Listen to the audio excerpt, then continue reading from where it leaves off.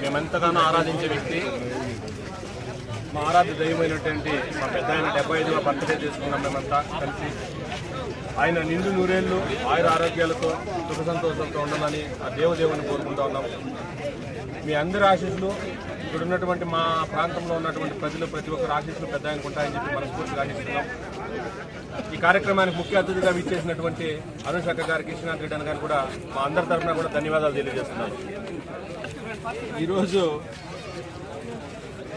ఈ తరం ప్రజలకి ఈ పొంగునూరు నియోజకవర్గంలో ఉన్నటువంటి నాయకులందరూ కూడా ఈ పెద్ద ఆయన బర్త్డే చేసుకోవడం కానీ, పెద్ద ఆయన నాయకత్వంలో పనిచేయడం కానీ మనకి దేవుడు ఇచ్చినటువంటి వరంగా భావించాలి.